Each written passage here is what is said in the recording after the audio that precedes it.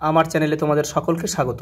আজ আমরা ক্লাস 8 এর রায়ান মার্টিন প্রশ্নবিচিত্রা থেকে পরিবেশের তৃতীয় পর্যায়ক্রমিক মূল্যায়নের 13 নম্বর স্কুল সলভ করব।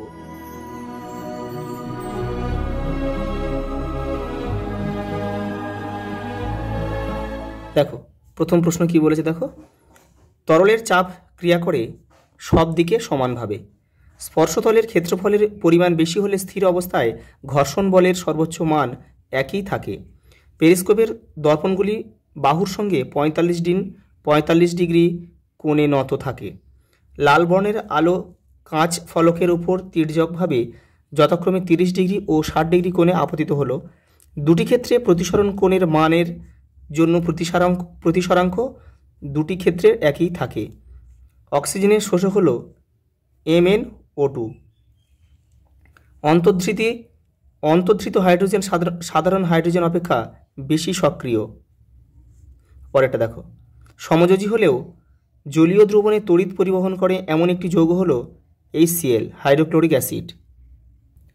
পরেরটা দেখো, নিম্নোক্তগুলির মধ্যে কোনটি পরমাণুর নিউক্লিয়াসে থাকে উপস্থিত?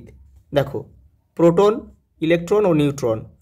25 ডিগ্রি সি উষ্ণতায় হীরের তাপ পরিবাহিতা ধাতুর চেয়ে বেশি হবে।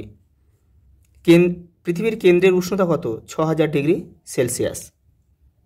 দেখো পরের প্রশ্ন, দেখো প্রবাহ কাকে বলে? তোমাদের বইয়ের 15 নম্বর পেজে রয়েছে। আর কি নীতি রয়েছে 16 নম্বর পেজে। প্রমাণ অবস্থায় বায়ুর চাপ নির্ণয় করো, তোমাদের বইয়ের 14 নম্বর পেজে রয়েছে। এই যে এখান থেকে তোমরা এটা পুরোটা লিখে দেবে। পরেরটা দেখো, সদ্বিম্ব ও অসদ্বিম্বের মধ্যে দুটি পার্থক্য লেখো। রায়ান মার্টিন 116 নম্বর পেজে উত্তরটা রয়েছে। এই দেখো এখানে দুটো রয়েছে আর এপারেও রয়েছে, এখান থেকেও তোমরা করবে। এই যে পরেরটা দেখো, আলোর প্রতিসরণের দুটি সূত্র লেখো। তোমাদের বইয়ের দেখো 51 নম্বর পেজে রয়েছে। এই যে 1 আর এই যে 2। পরেরটা দেখো, হাইড্রোজেনের বিজারণ ধর্মের উদাহরণ সহ সমীকরণ সহ লেখো। দেখো তোমাদের বইয়ের 121 নম্বর পেজে রয়েছে। এই দেখো হাইড্রোজেনের বিজারণ ক্রিয়া, এখান থেকে এটা পুরো লিখবে। পরেরটা দেখো, রাদারফোর্ডের পরমাণু মডেল সংক্রান্ত সিদ্ধান্তগুলি লেখো। এটা তোমাদের বইয়ের 73 নম্বর পেজে রয়েছে, দেখে নেবে। রাসায়নিক বন্ধন কাকে বলে? দেখো রায়ান মার্টিন 180 নম্বর পেজ। দেখো এই দেখো রাসায়নিক বন্ধন, এখান থেকে এটা পুরোটা লিখবে। আয়নীয় বন্ধন দেখতে পাওয়া যায় এমন একটি যৌগের নাম লেখো। NaCl। পরেরটা দেখো, বহুরূপতা কাকে বলে? উদাহরণ দাও। দেখো তোমাদের বইয়ের 125 নম্বর পেজে রয়েছে, এখান থেকে এই পর্যন্ত। এই যে উদাহরণ দেওয়া আছে, দেখো হিরে। পরেরটা দেখো, 11 সিসি জল জমে 12 সিসি বরফ হয়। এক খণ্ড বরফ জলে ভাসলে কত অংশ জলের উপর থাকবে এবং কত অংশ জলের নিচে থাকবে দেখে নাও। পরেরটা দেখো, বায়ুর সাপেক্ষে কাঁচের প্রতিসরাঙ্ক 1.5 বলতে কী বোঝায়? রায়ান মার্টিন 110 নম্বর পেজে রয়েছে, এই যে এখান থেকে এই পর্যন্ত। পরেরটা দেখো, অভ্যন্তরীণ পূর্ণ প্রতিফলন কাকে বলে? তোমাদের বইয়ের 51 এবং 52 নম্বর পেজে রয়েছে। এই দেখো এই যে এখান থেকে এই যে আলোরশ্মি কোনো অংশই দ্বিতীয় মাধ্যমে এই পর্যন্ত লিখতে হবে, পূর্ণ প্রতিফলন বলে। দেখো সংকট কোণের সংজ্ঞা লেখো। দেখো 51 নম্বর পেজে রয়েছে তোমাদের বইয়ের উত্তরটা। প্রথমে কিন্তু এইখান থেকে এই পর্যন্ত লিখতে হবে, তারপর ওর সঙ্গে এটা জুড়ে দিতে হবে। এখান থেকে এই পর্যন্ত জুড়ে দিতে হবে। পরেরটা দেখো, জিঙ্ক ধাতুকে পৃথকভাবে অ্যাসিড ও ক্ষারের সঙ্গে বিক্রিয়া করানো হলো। উৎপন্ন বিক্রিয়াজাত পদার্থ সম্বন্ধে কী ধারণা করা যায়? বিক্রিয়াগুলির সমীকরণ দাও, দেখে নাও। এই যে দেখো অ্যাসিডের সঙ্গে বিক্রিয়া, এটা পুরোটা লিখবে, সমীকরণটাও লিখবে। আর এটা রয়েছে দেখো ক্ষারের সাথে বিক্রিয়া, সমীকরণ কিন্তু অবশ্যই লিখতে হবে। পরেরটা দেখো,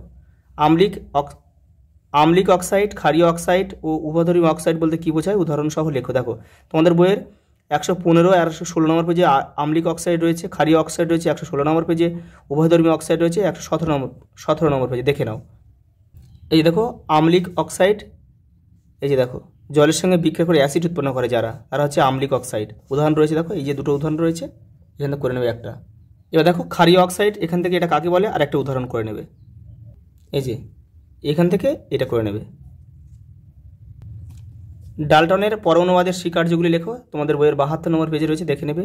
কার্বন ডাইঅক্সাইড ও অ্যামোনিয়া থেকে কীভাবে ইউরিয়া উৎপন্ন করা হয় শর্ত সহ লেখো। দেখো তোমাদের বইয়ের 137 নম্বর পেজে রয়েছে, দেখে নাও। এই যে এখান থেকে এই পর্যন্ত লিখতে হবে।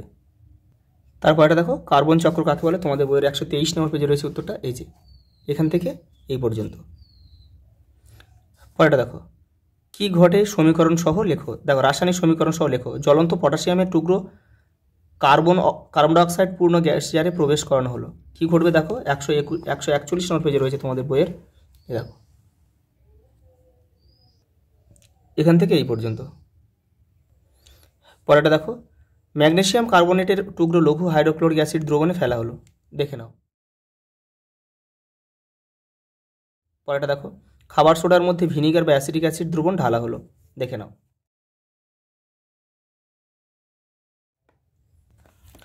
পরেরটা দেখো লাইফ সায়েন্স, গলগি বস্তু সৃষ্টি হয় যে অঙ্গাণু থেকে তা হলো এন্ডোপ্লাজমিক জালিকা।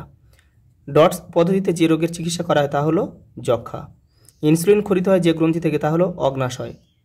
নালীপথের সাহায্যে গমন করে তারা মাছ। কারকিউমিন পাওয়া যায় যে মশলা থেকে তা হচ্ছে হলুদ।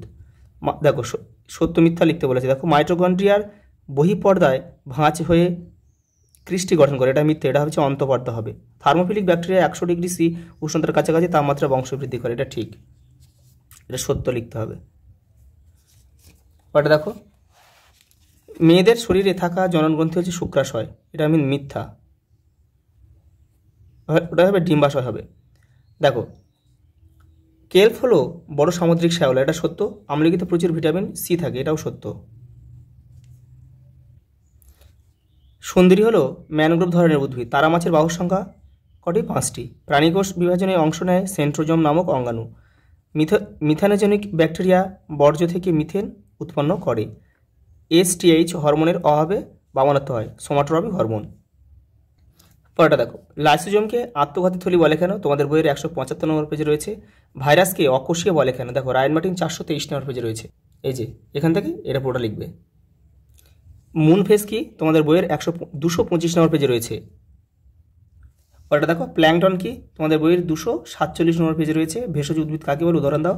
তারপর রায়ন মার্টিন 594 নম্বর পেজে রয়েছে, এই যে এই দেখো ঔষধি গাছ, বা এই যে ঔষধি গাছ মানে কিন্তু ভেষজ উদ্ভিদ।